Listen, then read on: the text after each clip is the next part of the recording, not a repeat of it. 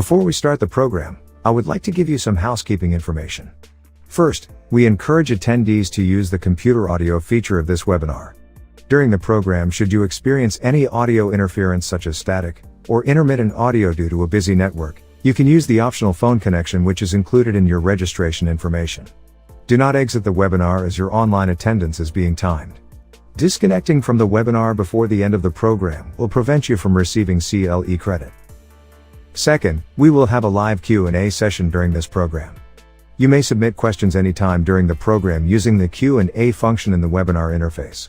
After the program, you can use the post-program question form to send program-related questions to the program's presenters. The post-program question form can be accessed from the program attendee page. Use the link provided in the confirmation email you received for this program to get there. Welcome to the Legal Linkup Summer CLE Series, sponsored by Burrell McCants. If you are seeking CLE credit, you must attend the entire program. Partial credit is not available. Immediately after the program ends, a link to complete the certification process will appear. Please complete the evaluation and the CLE affidavit to receive credit for your attendance. Today's presenters are Terrell McCants of Burrell McCants, Victor Revill of Revill Law Firm, and Sidney Jackson of Wiggins Childs.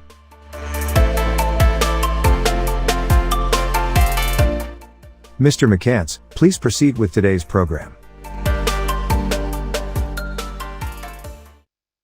Good afternoon. Welcome to the first installment of the Burrell McCants Legal Linkup Summer CLE Series. Pre-pandemic, our firm hosted an in-person networking event here in Birmingham called the Legal Linkup, and this is an extension of that, a way to bring lawyers together while adding value to you in the process. Thank you all for attending. We have a lot of useful information in store for you. Now, we all know that law enforcement officers have difficult and stressful jobs, and they're given a level of authority and power in order to do their jobs. But that authority and power must be balanced with the constitutional rights of citizens. Our topic today is crossing the line from probable cause to excessive force and arrest, in which we'll break down a case study to find out when and if these officers cross the line from reasonable discharge of their duties into violations of the Constitution. I'm Terrell McCants with Burrell McCants, and my law partner Chris Burrell and I handle primarily civil rights, employment discrimination, and criminal cases across the state of Alabama and beyond if necessary. We have attorneys Victor Revill of the Revill Law Firm, who handles criminal cases in Birmingham and across the state, as well as attorney Sidney Jackson of Wiggins, Childs, Pentazis, Fisher, and Goldfarb. And Sidney handles civil rights cases and employment discrimination cases in Birmingham and across the state. Now, Victor and Sidney are two of the best lawyers I know, and like myself, they are always striving to get better at their craft. And I have worked and am currently working cases together with them. So I'm happy to have them on this first CLE with us to impart their knowledge that they've gained from years of study and practice. So without further ado, let's get to the animated case study. Ling, if you'll cue that for us.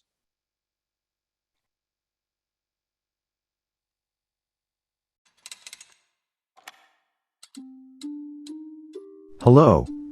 I would like for you to meet Amy and Greg. Greg has decided to take Amy out for a ride on the town. They are enjoying cruising the city and taking in the sights, until Greg gets pulled over. Now confused, and a little nervous, Greg looks at Amy and asks, "Why are we getting pulled over? We didn't do anything." Unfortunately, Amy is just as confused as Greg.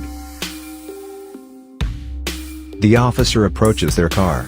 The first thing they are asked is, "Are there any drugs in the vehicle, sir?" In unison, Greg and Amy exclaim, No. The officer proceeds to demand, "Both of your IDs, please." Greg complies with the officer's demand, while Amy refuses. She then questions the officer. "Hey, why did you pull us over anyways?" I don't have to answer that. Yes you do. No, I do not. And with that, the officer returns to her vehicle. After a few minutes, she comes back to Greg. Okay, sir. The law requires you to have an interior rearview mirror, and you do not have one. That is why I pulled you over. Here's your citation. By the way, I smell marijuana. So, I need for both of you to step out of the vehicle. Greg and Amy are both adamantly against stepping out of their car. I'm not getting out. Me neither. Greg starts to comply. All of a sudden, he believes he has superpowers, and takes off. The officer's partner takes off behind Greg. He's, how do they say it? Yes. Big mad. He didn't want to run today. In the meantime, Amy is pulled from the vehicle, onto the concrete sidewalk, face first, and handcuffed. Greg finally gives in. He stops running, puts his hands up, and says, Okay, officer, I surrender. Now Greg has stopped running on his own, and taken the necessary steps to show that he poses no threat. However, when the officer catches up to him, he punches him square in the nose. Greg yells out in pain, letting the officers know that he believes his nose is broken and he needs medical attention. Unfortunately for Greg, his nose is broken, and the officers decide he didn't need medical attention. He's hauled right off to jail. Now that Greg and Amy are officially under arrest, and have been read their rights, the officers conduct a search of the vehicle. The officers find a small amount of drugs, in a purse located in the back seat floorboard, behind the passenger's seat. But, it's not marijuana.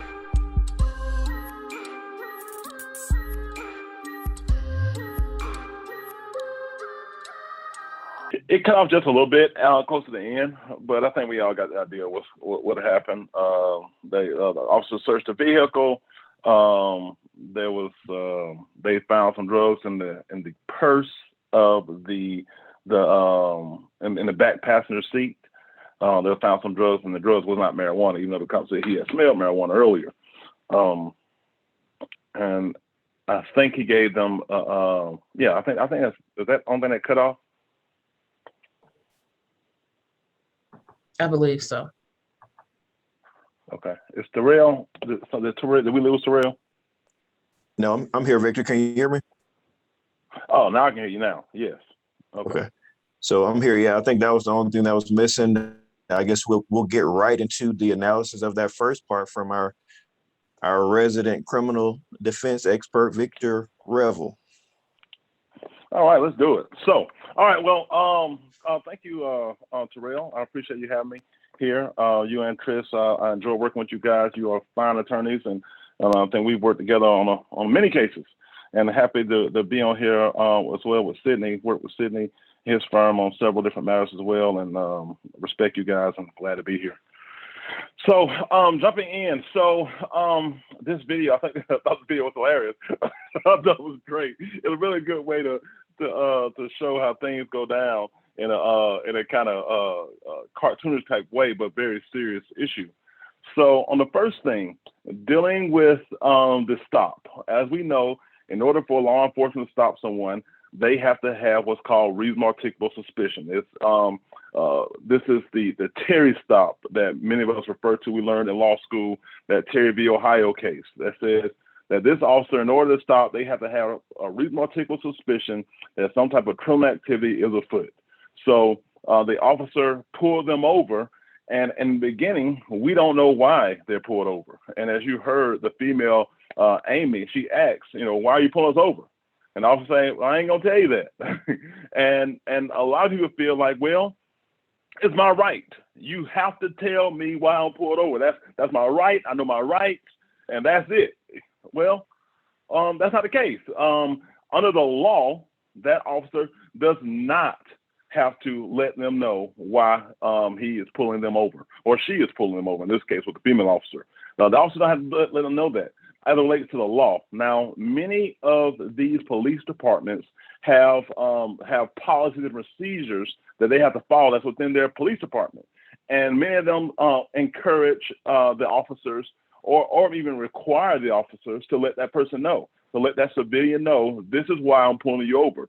So if the officer is rude or is not willing to get information, you can report that, and that stuff will follow that person.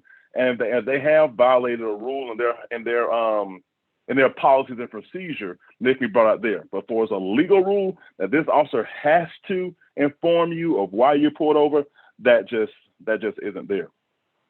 So the next issue we run into is the officer asks them for their IDs. And I think the first thing he asked was any drugs in the car, which that had nothing to do with nothing. But the officer then asks them to give the IDs. And you hear Greg say, and he's the driver, yeah, here's my ID. But you hear Amy say, no, I'm not giving my ID. So what does the law say about that? Does the law say we have to give our IDs? And what we'll find is by looking at Alabama law, Greg and Amy are both right. Greg, under Alabama law, the law requires him to have his Alabama ID readily accessible if you are the driver in the vehicle. If you're asked for it, you got to give it up. But for the passenger in the vehicle, you do not have to give her a license. You do not have to give her an ID. So when Amy refused to give her ID, she was within her rights to do that. Now, under the law, and a lot of this information is going to be provided in the code section. That what I was just going through right then is Alabama Code 32-6-9. But the other part of it is the passenger in the vehicle with Amy.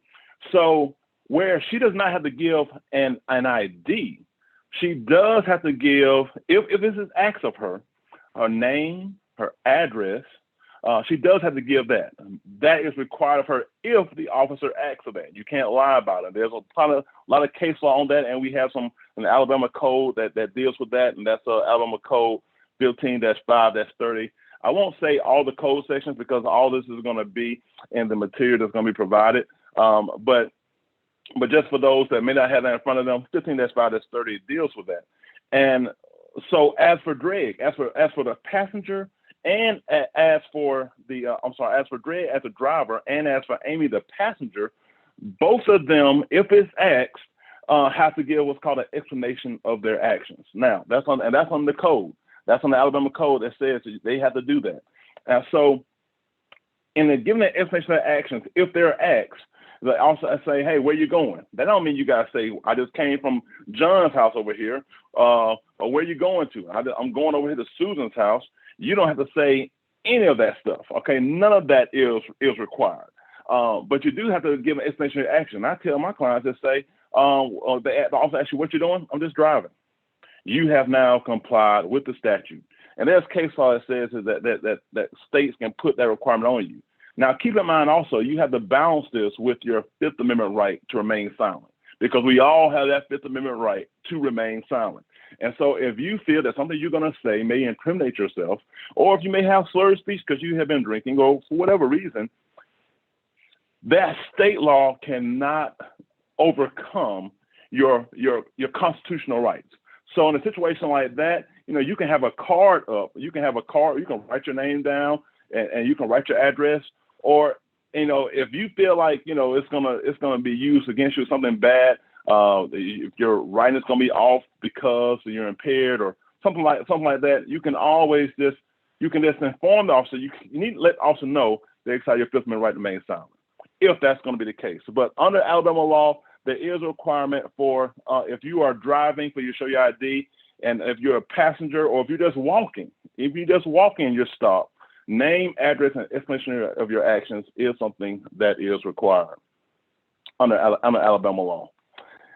And the last thing is the probable cause. So the officer in this scenario said, "Hey, I smell marijuana," and people are always like, "Okay, well, so what?"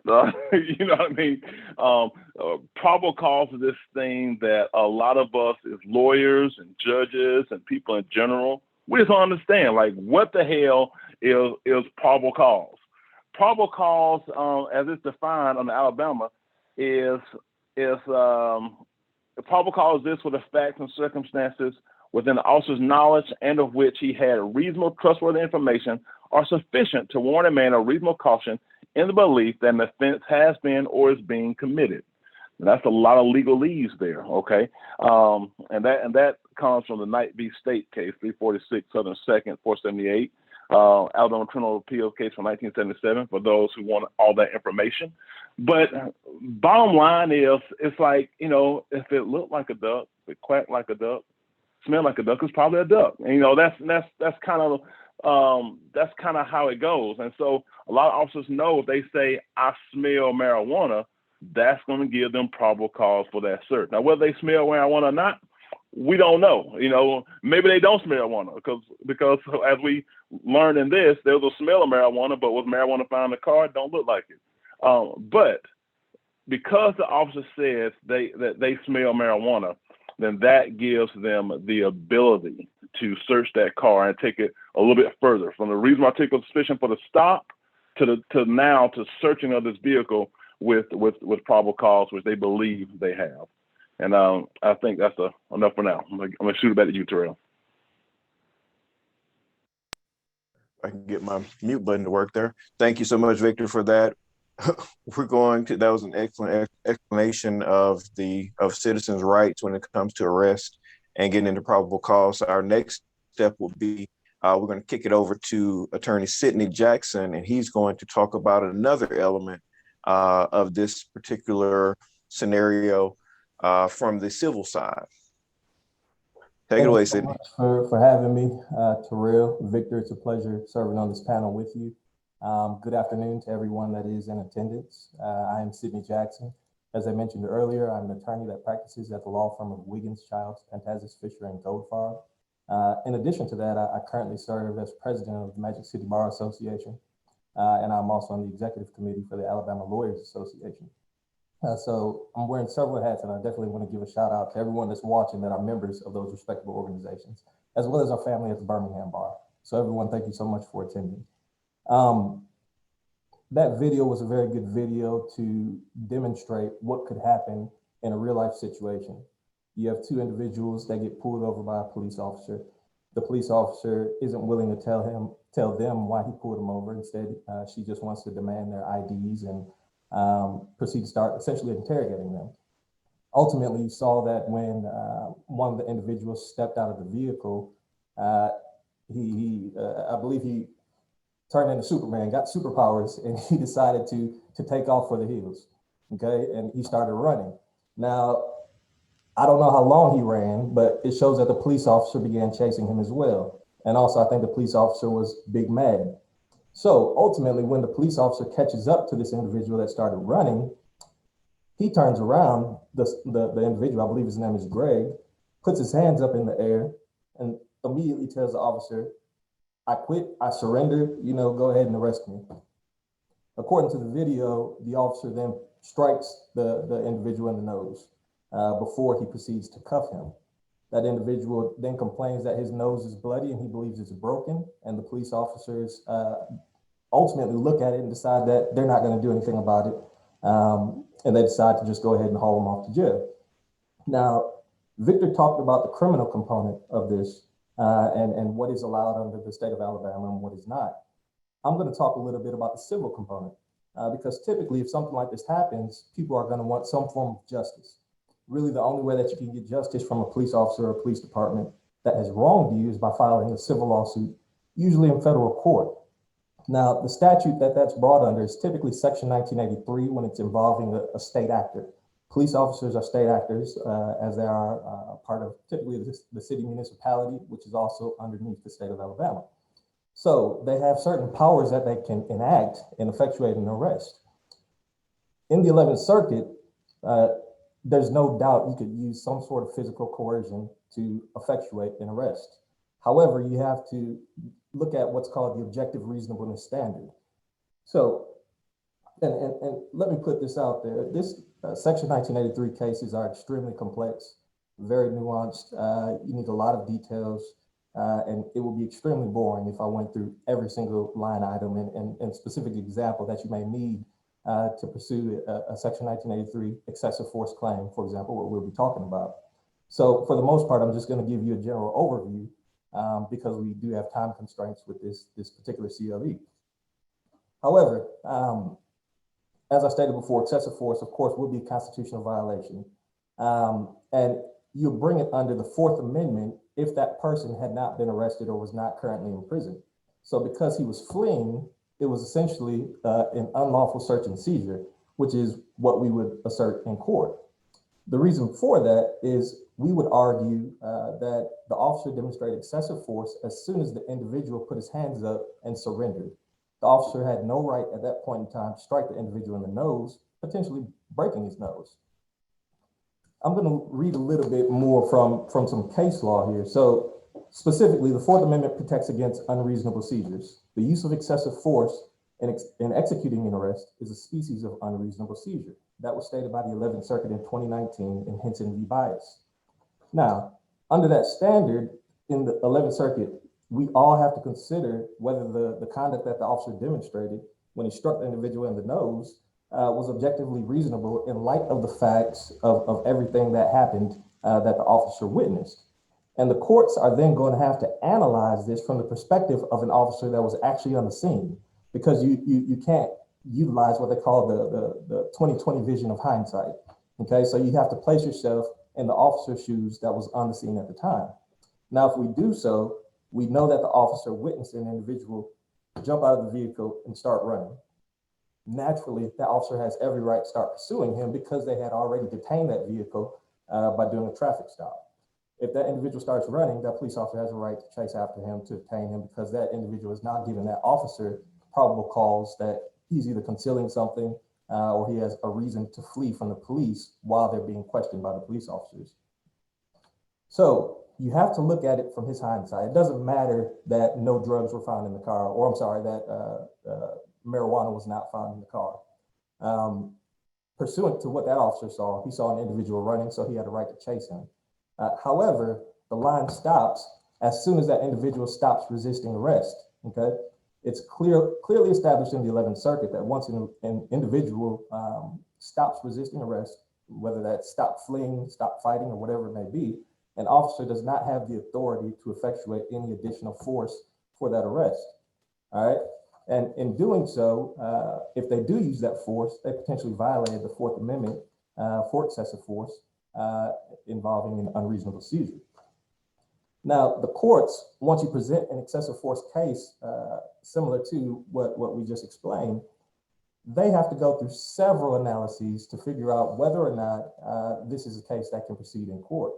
One of the first defenses that law enforcement will assert is called qualified immunity. Qualified immunity is probably one of the greatest things ever given to law enforcement, okay? Because it essentially acts as a shield to protect law enforcement from any potential liability if they do something that may even be a constitutional violation, but it hasn't been clearly established that it's a constitutional violation at the time that they did it. It protects them from being worried or scared or nervous about doing something in the course of their duty and protecting the public.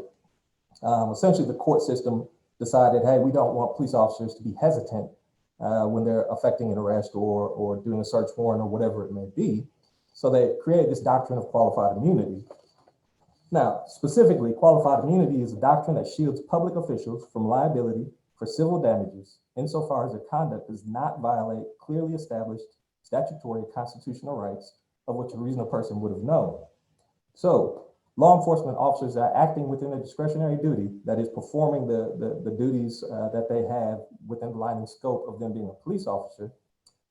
You first have to show, when they assert qualified immunity, that the officer violated a constitutional right. Okay, we would then argue that he violated a constitutional right by punching the young man in the nose after he surrendered and said he wasn't willing to resist arrest anymore. Okay, it doesn't matter that he was fleeing before and that the officer was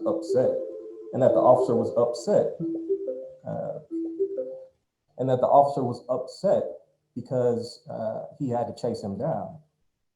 Rather, as soon as that individual gives up, he can't be upset with him and say, well, you made me run, so I'm going to punch you in the nose. You can't do that. All right. So the standards that the court has to look at is, number one, what's the severity of the crime? Okay. In this situation, he was fleeing from the police. Now that is a relatively serious crime. Okay. So that will probably lean in favor of the police officer when the court is looking at these factors. Again, these are called the Graham factors. Second, whether the individual poses an immediate threat to the safety of the officers or others around. Again, while he was running and fleeing the police, that probably leans toward the police officers that they would potentially be granted qualified immunity in this situation.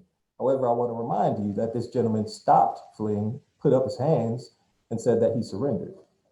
Third, you have to analyze whether or not the individual actively resists or tries to evade arrest by flight. Now, again, he did, but then he gave up at some point in time. All right. Number four, the need for force to be applied. Because that individual put his hands up, as far as we know, didn't have any weapons on him or anything and surrendered to the police, then obviously there was no force after that other than putting handcuffs on that particular individual. Finally, the court's going to analyze whether or not the amount of force applied in light of the nature needed and the severity of the injury caused. So again, they're going to look at, after he surrendered, how much force was actually needed. And then if they did use force, what was the severity of the injury that resulted from that force? In this situation, we know that the young man claimed that his nose was broken and he needed immediate hospital attention. After the court analyzes all those factors, it's going to determine whether or not excessive force was utilized. Now, another extremely important point of qualified immunity before I go to that is that you have to show that the right was clearly established. All right, and what that means is there has to be some case or some precedent from the Supreme Court, from the Alabama Supreme Court, or from the 11th Circuit that put those officers on notice that after an individual surrenders and puts up his hands, they cannot then punch him in the nose before they handcuff him just as punishment. That is not allowed. All right.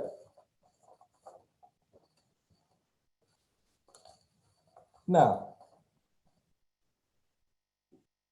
to point to a specific case, I actually found a similar case to what the scenario was talking about in the video. And that case is Hadley versus Gutierrez. It's an 11th Circuit case wherein the court specifically stated that once an individual in that case stopped resisting, an officer that then struck him in the stomach one time was not granted qualified immunity because that individual had surrendered. All right. Even though it was proven that the suspect that surrendered was high on drugs and that he was acting a little bit skittish. But the fact is, as soon as he said he surrendered and no longer posed some sort of fleeing threat or some sort of physical threat to anyone around, there was no reason to use any excessive force. So in our scenario, we would then point to that Hadley case and say, hey, you know, since 2008, Hadley case has been out there by the 11th Circuit, which clearly put these police officers on notice that you couldn't do that. So in that particular situation, I believe qualified immunity would not come into play and the excessive force claim would move forward to potentially go to trial. Okay. And just to quickly touch on another potential claim in that case is in the scenario that we had is deliberate indifference of a serious medical need. That is another constitutional violation that you can assert if you were injured or if an officer, while effectuating an arrest, sees that you have some serious injury that potentially needs medical need. However, they completely ignore it or discount it. You don't get that proper need. You suffer injury as a result of that. Again, that's a constitutional violation as well. However, you have to show, and I'm going to pull up my notes here, the plaintiff has to show that it's a serious medical need that has either been diagnosed by a physician as mandating treatment or one that is so obvious that even a layperson could easily recognize the necessity for a doctor's attention. Now, in our particular scenario, the individual was pointing to his nose and it was bleeding profusely, and he was asking for medical assistance. All right. I point that out because to a person walking down the road, they don't really know what happened. They just see blood, you know, bleeding profusely from his nose. So to an objective person, you would assume that that person would need some sort of serious medical attention. However, in our scenario, the officers decided that he did not, and instead took him straight to jail. Now, the Hadley case that I actually mentioned, Hadley versus Gutierrez, is actually, there's another case that also puts the officers on notice about deliberate indifference. In that case, you cannot, matter of fact, it was Hadley, in the same case, the Hadley case. If an individual is bleeding profusely and you're potentially about to take them to jail where there's staph infections and other particular bacteria that can further cause injury to that individual with an open or bleeding or broken nose, then that officer is unnoticed that could be a violation of his serious medical needs if he refuses to get him that medical help. So again, in this scenario, I think that there would be an arguable cause of action for excessive force and deliberate indifference to a serious medical need if we ultimately filed that case in federal court. Again, these cases are not easy at all. You have to really have all your I's dotted, all your T's crossed. And honestly, the police officers will have a pretty good defense as well when certain qualified immunity. So ultimately, it's always a tough call when dealing with law enforcement and governmental actors. But with this particular situation, I think that there could be successful cause of action for excessive force and deliberate indifference to serious medical needs. I'll hand it back over to Terrell.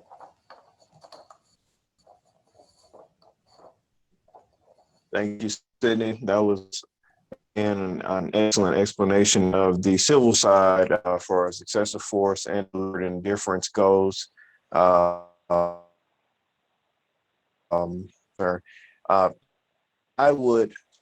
part here is I would come Looks in like kind of Terrell may be having some after Greg. technical issues. So Victor, if you want to pick up on the next part, please feel free. Okay. You can't no one can hear me? We can hear you now, Terrell. It was breaking up a little bit, brother. Okay. Okay, can you hear me now? Sorry, I don't. Oh, I don't you're good now. Sound like a Verizon commercial. Okay.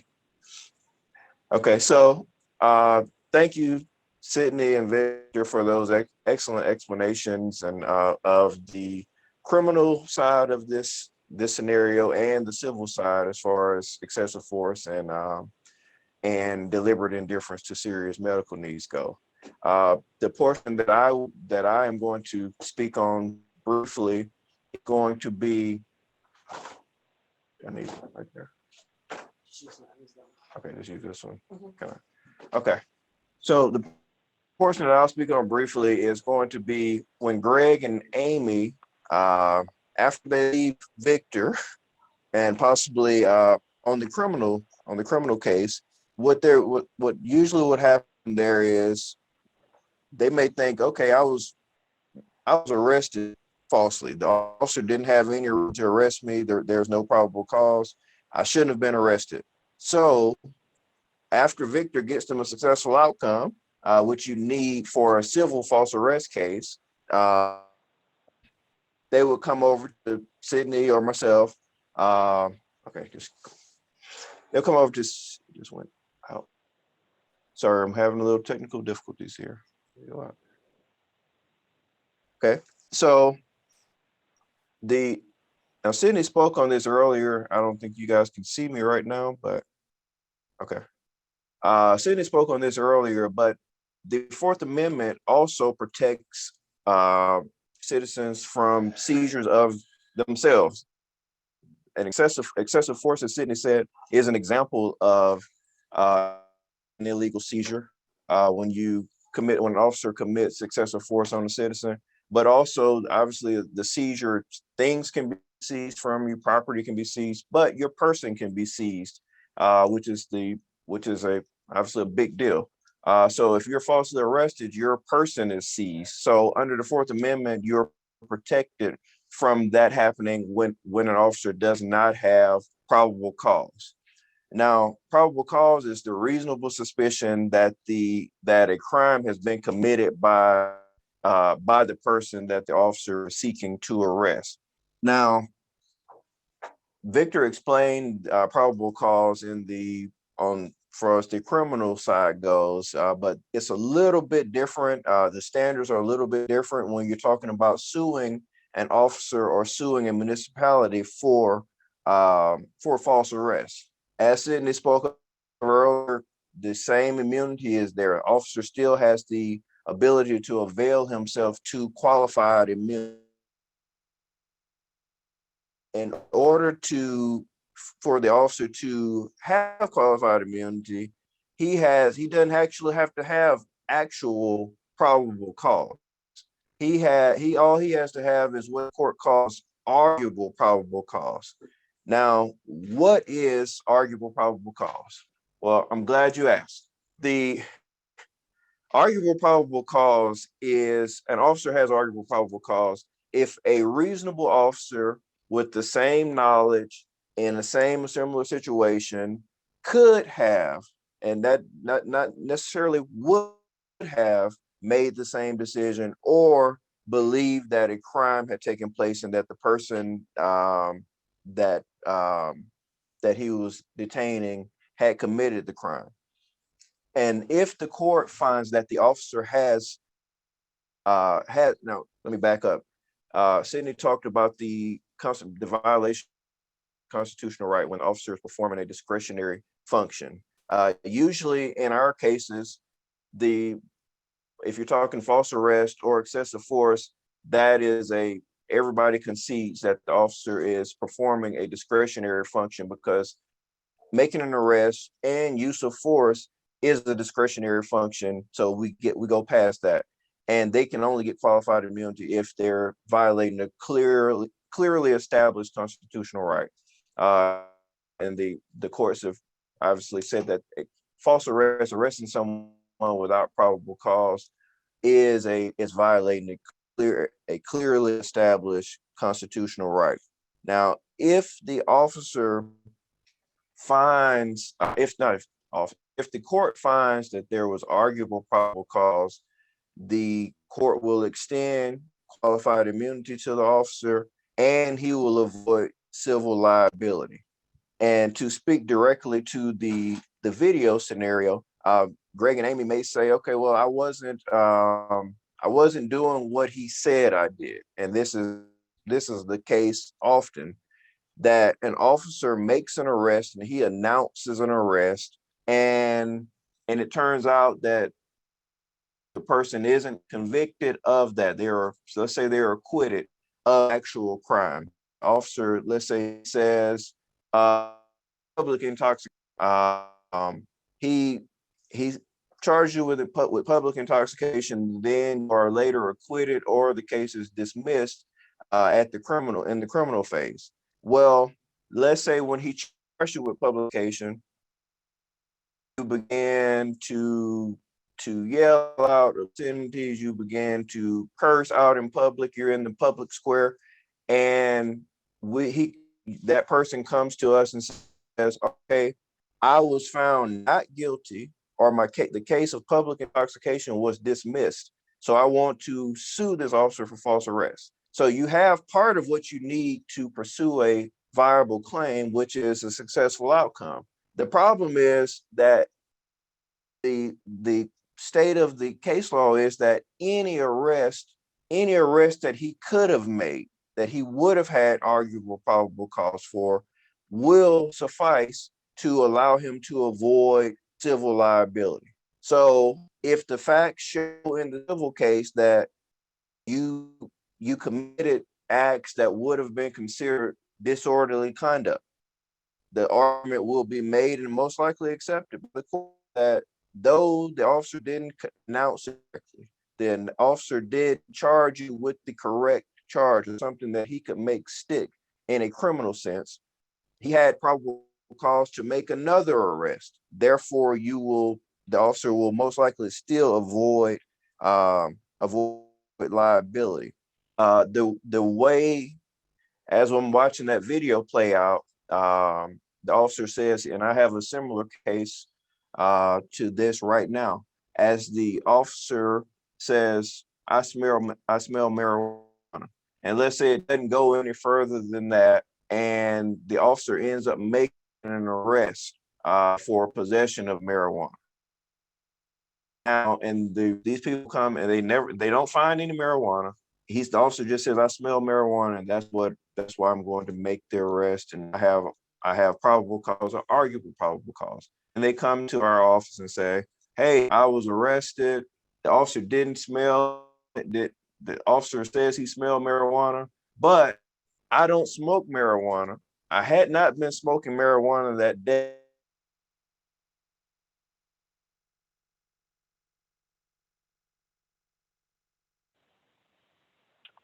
Terrell, you went out. you're Okay, talking can you hear to me we now? can't hear you.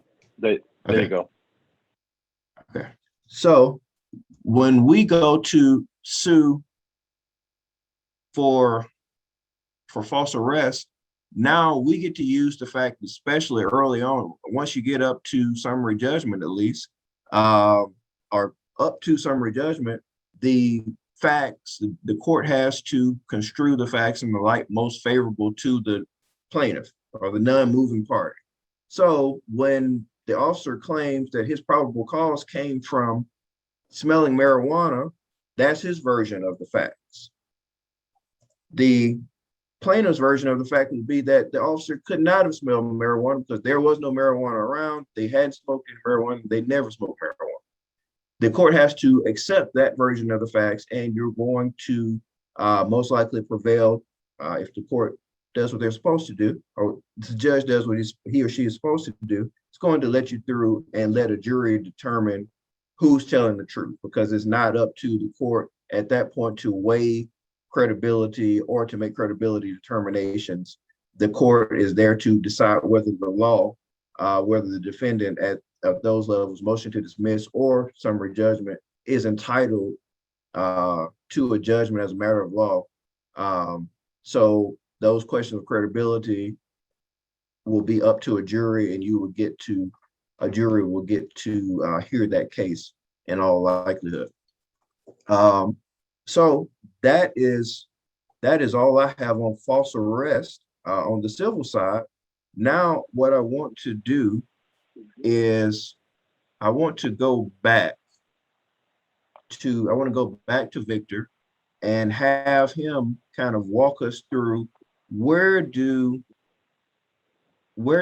Amy and what happens with Greg and Amy, Victor? Now, are they just done, or are these this nice couple supposed to do some years in prison, or what's happening here? Okay, a few things. So they get arrested, and presumably both are at least charged with maybe possession of a controlled substance, which is in that state of Alabama Class D felony. And so one of the things I think is important to note is that you have a right to demand a probable cause hearing. And we talk about what probable cause is, and I've talked about it, what it is for a search. Talk about it's with that kind of that same standard as for an arrest warrant, but then it's not over with then. So you still get to determine, you still get to go in front of a judge and argue whether or not there was probable cause for this arrest or not, for this person to be charged with this. And to do that under Rule 5.1 of Alabama Rules of Criminal Procedure, you can file the demand within 30 days of the arrest. So within 30 days of arrest, you file your demand for a probable cause hearing. And the law says on Rule 5.1 that you have to have one within 21 days. So you file your demand within 30 days of the arrest, and then the judge will set it within 21 days from the date you filed. Now, somebody may say, well, hey, I filed the demand for probable cause hearing pursuant to Rule 5.1, but this judge over here set this thing for 60 days out. Well, I'm gonna tell you, in the age of COVID, a lot of grace is gonna be given to judges. Dockets are backed up. So if the judge needs to put it out, they can. Now, law says they need to state why they are putting it out past that 21-day mark if they do. Some do it, some don't. I don't raise no problems with that, because it's like, okay, if I say, hey, judge, you're supposed to say why, then they'll put it why then. I'm a butthole. You know what I mean? Nobody want to get in the business of pissing off judges. Like, that's just it ain't good for practice. All right. So that's what the law says on that. Now you get your probable cause hearing, and you say, well, hey, why do I even want to demand a probable cause hearing? There are two significant reasons why you want to demand a probable cause. You may be in a jurisdiction that don't like to hand over discovery. And so you like, okay, if I do this demand for probable cause hearing, I'm going to find out what's going on. I'm going to question the detective about what's going on in this case and how they got from A to B. And if you don't want to give me discovery, okay, I'll get it myself. That's one reason that defense attorneys use Rule 5.1 to get further discovery. Another reason is you want to get the case dismissed. Okay. Maybe your client's in jail and the bail is so high that they can't get out. And you know that there's a lot of issues in this case. As we talked about with Greg and Amy, so Greg gets charged with possession of a controlled substance. Well, Is he really in possession of it? I mean, it's arguable he's in constructive possession, but some judges may find no, that he wasn't in possession. Keep in mind, in this scenario, these drugs were found in a purse, first thing, in a purse, and the purse was in the back seat behind the passenger, exactly where Amy was sitting. Some judges may find that, hey, there's no probable cause for him to be charged for this. I mean, he didn't really look like he was carrying a purse that day, you know. So you may want to get thrown out. He may have been to make bail. Another reason is this client wants to get rid of this case. All right. So pursuant to Rule 5.4, when you had a probable cause hearing, if the judge finds that there's no probable cause, the case gets dismissed. Now, is the case over there? And this is where a lot of young criminal defense attorneys don't get this part. They come out very zealous and want to fight, and that's great. That's great energy, and you definitely want that. But one thing you got to remember is this: if you get the case thrown out at the probable cause hearing, the battle is not over yet. Okay, the state can still take this case to the grand jury and get an indictment, what's called a true bill. If they can convince these grand jurors that this person, there's enough for this case to go forward, because they are also looking at probable cause. If they can convince, and this case comes back. Now, if this case comes back, your client gets rearrested. That's something that is extremely important. So if you're fighting to get this case dismissed at that probable cause hearing, make sure you let that client know, this case could come back. And if it comes back, you get rearrested. And sometimes I ask my client, hey, do you want me to try to get the thing pushed or dismissed, or you just want to have the thing heard today? What is it that you want? Because if we get dismissed, and they take to the grand jury, and they indict you, then you will get rearrested. And a lot of people don't want to get rearrested. Some don't care. Some the bail is so high that I don't care if I get dismissed from that, because at least I'll be free while this case is on the grand jury, as opposed to still being burdened with this and sitting in a jail somewhere. So that's one thing to factor in. I guess the last one I'll make, and I know we're short on time, is, and you asked me this, Terrell. So what happens ultimately? I think ultimately Greg and Amy get a win. One of the things that we talked about in this scenario was the officer came back and said to them, "Hey, we are going to arrest you. We're gonna arrest you because you didn't have an interior rearview mirror." And the issue with that is this officer believes that you have to have an interior rearview mirror in the vehicle. He's saying that's why we pulled you over, because you didn't have that. Well, the law clearly says you don't have to have an interior rearview mirror. And there's a case on point on this, and this is in your materials. And it's United States versus Chantasuzat. I may not pronounce that name right, but it's 342 F 3rd 1271. It's 11th Circuit case from 2003 that dealt with this issue. And what the court has said is this: if the officer makes a mistake of fact, then it's still a good stop. But the officer makes a mistake of law, then it's not a good stop, and it's a violation of this person's Fourth Amendment rights. In the Chantasuzat case, I'm gonna call it Chan case because I can't say that whole word. In that case, the person was pulled over because they didn't have an interior rearview mirror. Now they had the side mirrors worked just fine, and the officer made a mistake of law, because clearly on the code, on a 32-5-214 the Alabama code, it says that you got to have a vehicle that can reflect to the driver a view of the highway for a distance of at least 200 feet to the rear of such motor vehicle. You don't got to have an interior rear view mirror. The officer didn't know that. The officer felt that, hey, you don't got an interior rear view mirror, so this violates that statute. Well, this officer, she made a mistake of law. As a result of that mistake of law, this is a violation of these people's Fourth Amendment rights to be seized. As a result of a violation of their Fourth Amendment rights, everything they find in this vehicle, this drug that's found in that back seat, this is what will be considered a fruit of the poisonous tree. And if we all remember from law school on the fruit of the poisonous tree doctrine, that there's a Fourth Amendment violation, but you procure evidence as a result of that evidence is tainted. It is a tainted fruit and shall be thrown out. And I don't see anything in this scenario that would cause that taint to be cured. So, Terrell, to answer your question, I think ultimately, at a motion to suppress, a suppression hearing in circuit court, this evidence will be thrown out. The drug case at the least will be dismissed, and these people go about their merry way. I'm gonna kick back to you, Terrell. Okay, thank you, Victor. That was what I was looking for. That's why you want to be, like I said, striving to be better at your craft and learning things, because if you don't have a criminal defense, a really good criminal defense lawyer that knows those types of things, someone may take a plea or be convicted on something they didn't have to be convicted on. So thank you for that explanation, Victor. We did have a question that asked, can someone talk about notice requirements for cities, et cetera, and why defense attorneys should have their clients contact the civil rights attorney as soon as they are, if I can get my screen, what's that word there? Arrested, is that right? I can't, okay, as soon as they come for a criminal case.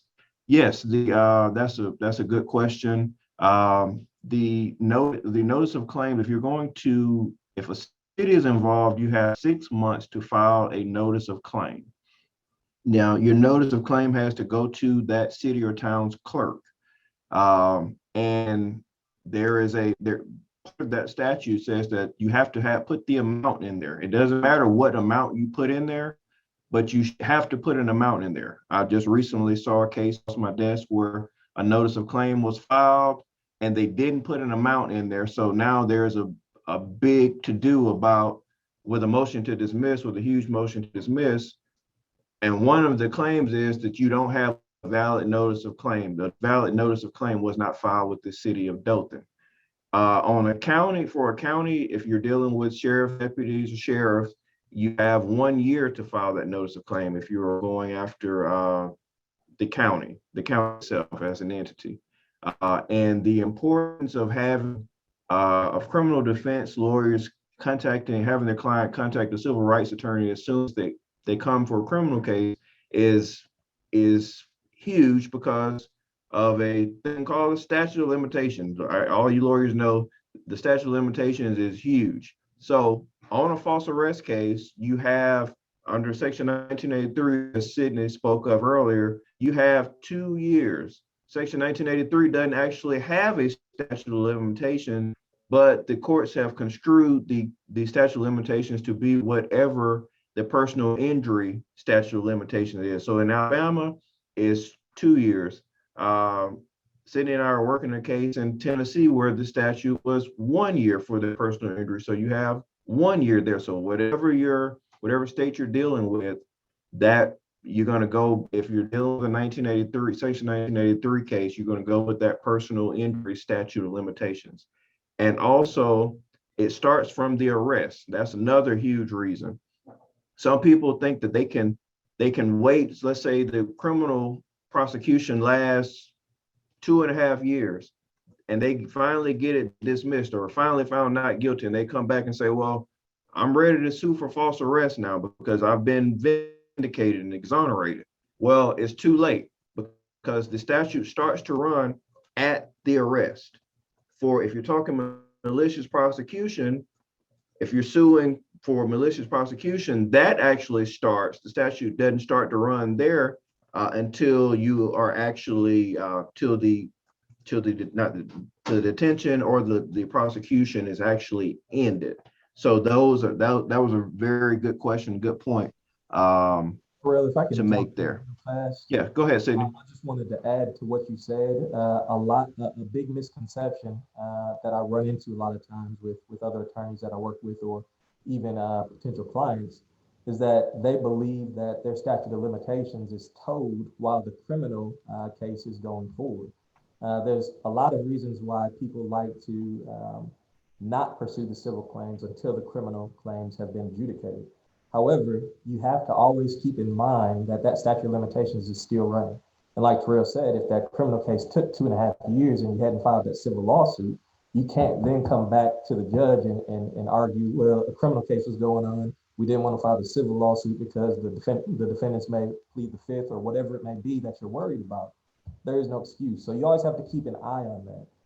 In very, very rare circumstances, you may be able to argue equitable estoppel or judicial estoppel, but that is in very rare circumstances, and a judge probably isn't going to allow that, especially if the plaintiff had retained counsel shortly after they were arrested, and everyone was aware of the statute of limitations that was connected in this case.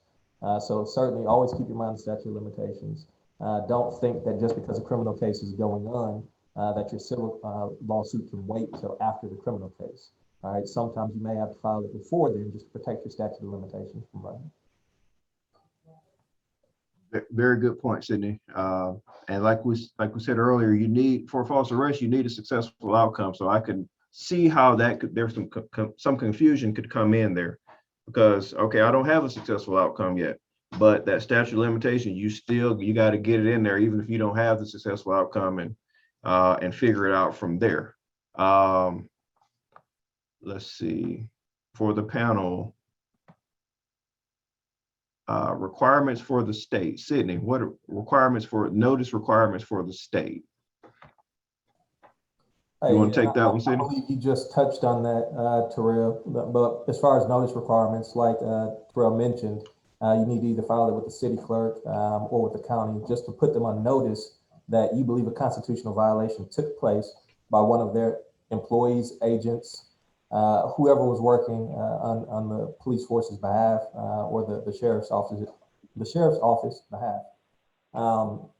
You have to give them notice within 6 months or a year, depending on the entity. In that notice, you need to describe as best as you can what took place and why you believe you had a constitutional violation. You also have to put in a specific amount of damages that you're claiming. Now, because you hadn't filed the lawsuit, you hadn't really been involved in discovery, it's always very difficult to put a set amount on there. So oftentimes with the notice of claim, depending on the gravity of the injury or whatever it is, we'll typically inflate that number quite a bit just to be sure that we have some wiggle room when it ultimately comes down to it, because the defendants can always point back to your notice of claim. Say, for example, you only put $5,000 on the notice of claim. Then they're going to argue that you only put us on notice that this was a potential $5,000 situation. Now, if you instead put on there, hey, this is a $1 million claim, then you're going to have a whole lot more wiggle room in there. But you still have put the city or the county or the state on notice that you're more than likely going to be bringing forward a lawsuit for what you described, and you'll be demanding X amount of dollars. And if I could just add to that, I know Sidney, he just stated it's either the 6 month or the year, and my understanding on this, and you guys correct me wrong, if it's with the city officials or city cop that they believe has wronged you, it's a 6 month notice. If it's with a state agent, or let's say a deputy, a county deputy, say in Birmingham, so in Jefferson County, a Jefferson County deputy that really has wronged you, or any other deputy or state official, you have a year to put them on notice. Now, this is just for the state law claims, okay? Because even if you don't do that, you still have the ability to sue under statute of limitation on a 42 USC 1983 for the civil rights action, but you may not be able to get all the state law claims. You may be able to get the federal claim for them acting under the color of law and taking away life, liberty, or property. And I think I got that right. Under 42 USC 1983, but if you don't get that notice in time, you won't be able to get accompanying state law claims that could be very valuable to you. And that's all I got. Yeah, and I agree with Sidney and Victor on that. And this question was state. I know we said county and city. One thing you got to, if you're dealing with state, like if you're talking about a prison or something, and you're dealing with Department of Corrections, you have to remember that the state itself has 11th Amendment sovereign immunity. So whenever you run into the state, now you can still sue. Often what we do is sue individual guards, sue the warden. So to try to get around that, because that immunity is very solid. The sovereign immunity, as I'm sure all the lawyers know, the state actually has to give permission for a citizen to sue the state. And Alabama has not done so yet. So that's why we didn't mention the notice claim, the notice for the actual state itself, but county operates as state. They're state officers. Okay. Did we have anything else? Okay. So I think we've gotten to all the questions that we had, and I hope this has been a fruitful CLE for everyone. We want to thank you all for coming out. We want to thank our panel members, Sidney Jackson, Revill. They did an excellent job. Thank you guys for coming on, taking your time to do this. Thank everyone for attending, and remember to register and attend the rest of the Legal Linkup Summer CLE Series. These will be happening for the next 3 weeks. Thank you, and have a good afternoon and evening.